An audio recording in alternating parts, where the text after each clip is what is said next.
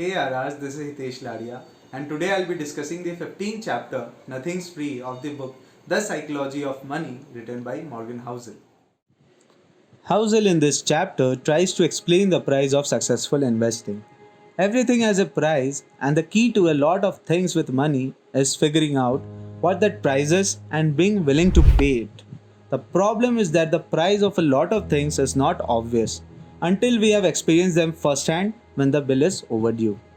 Every job looks easy when we are not the ones doing it. The S&P 500 increased 119-fold in the 15 years ending 2018. All we had to do was sit back and let our money compound. But of course, successful investing looks easy when we are not the one doing it. Like everything else worthwhile, successful investing looks demands a price, but its currency is not dollars and cents. It's volatility, fear, doubt, uncertainty, and regret. Easy to overlook until we are dealing with them in real time. Let's say we want a new car costing £30,000. We could pay for it, find a cheaper used one, or steal it. 99% of people here will avoid the third option because the consequences of stealing a car outweigh the upside.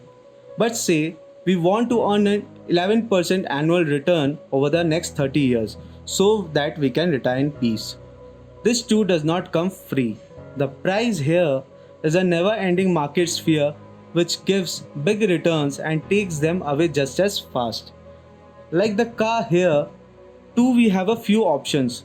We can pay this price, accepting volatility and upheaval, or we can find an asset with less uncertainty and a lower payoff, the equivalent of a used car. We can also attempt the equivalent of the Grand Theft Auto and just try to get the return while avoiding the volatility that comes along with it.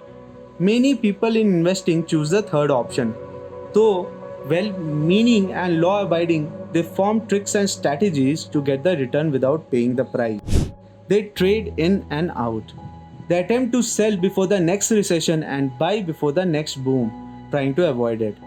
The irony is that by trying to avoid the price, investors end up paying double. So, why do people who are willing to pay the price of cars, house, food, and vacations try so hard to avoid paying the price of good investment returns? The answer is simple. The price of investing success is not immediately obvious. It's not a price tag we can see. So when the bill comes due, it doesn't feel like a fee for getting something good, but rather looks like a fine. But if we view volatility as a fee, things look different. The market will always demand us to pay a price like any other product.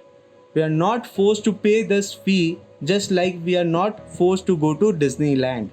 We can go to the local county fair where tickets might be $10 or stay home for free. We might still have a good time, but we will usually get what we pay for. It's the same with markets. The trick is convincing us that the market's fee is worth it. That's the only way to properly deal with volatility and uncertainty. Not just putting up with it, but realizing that it's an admission fee worth paying. There's no guarantee that it will be. Sometimes it rains at Disneyland. But if we view the admission fee as a fine, we'll never enjoy the magic. One should find the price and then pay for it. Now let's look at the key takeaways from the chapter. First, the key to a lot of things with money is just figuring out what that price is and being willing to pay it. Second, successful investing price is its volatility, fear, doubt, uncertainty, and regret. Third, if we view volatility as a fee, things look different. And the last, when we invest in the long term, we need to be willing to accept the short term price of market fluctuations. With this, we have come to the end of this chapter. Stay tuned for the next one.